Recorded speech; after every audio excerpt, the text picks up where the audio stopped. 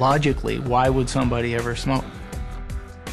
It makes no sense. You're breathing smoke into your body. It's very difficult for a non-smoker to really appreciate what's going on. When you smoke a cigarette, you inhale nicotine into your lungs. Nicotine is a small molecule, so the nicotine is rapidly absorbed through the lungs and into the bloodstream. Because there are so many capillaries in your lungs, within seconds, you're exposed to a wave of nicotine in the brain.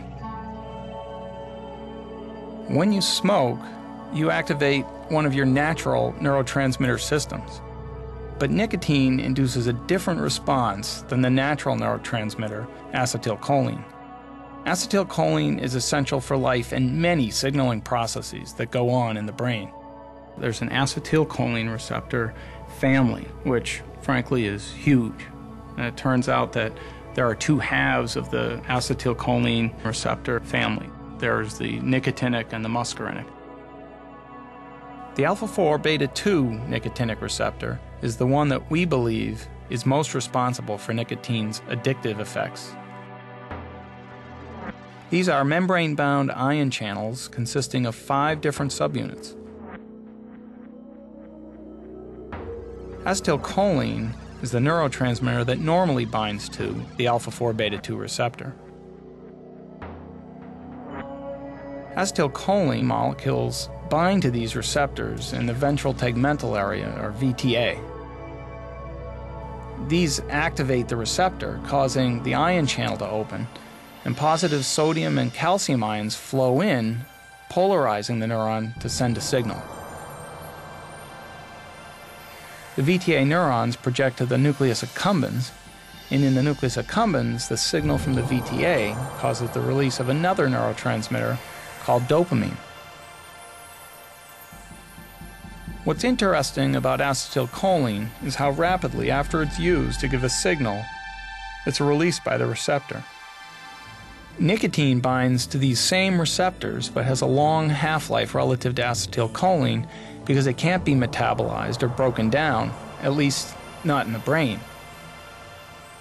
It simply sits there and persists.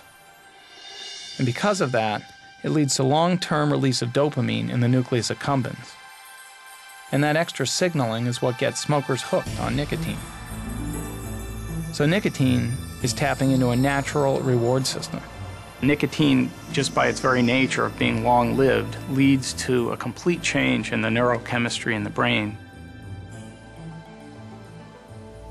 The body increases the number of receptors through the process of protein synthesis.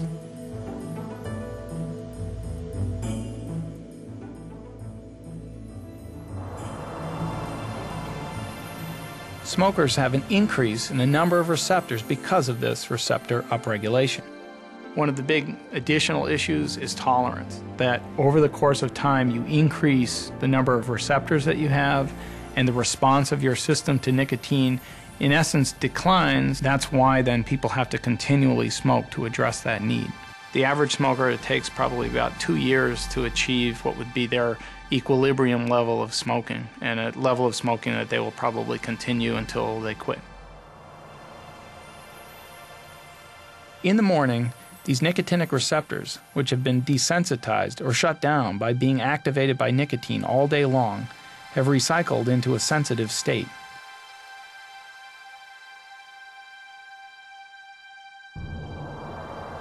So the first cigarette bathes many more receptors, providing a very powerful response to the first cigarette.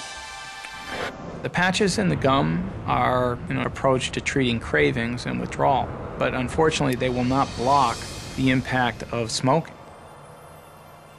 Usually, in drug discovery, you want to turn on a process or turn it off.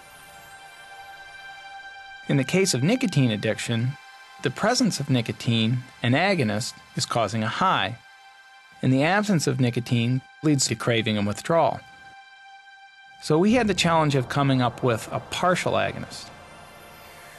If you think of nicotine as a 100-watt bulb, varenicline is like a 40-watt bulb.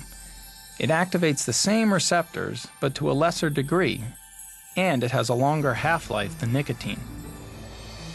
so it produces less of a dopamine response, enabling it to quench cravings. But by occupying the alpha-4 beta-2 receptors, if someone does smoke, varenicline also prevents nicotine from binding.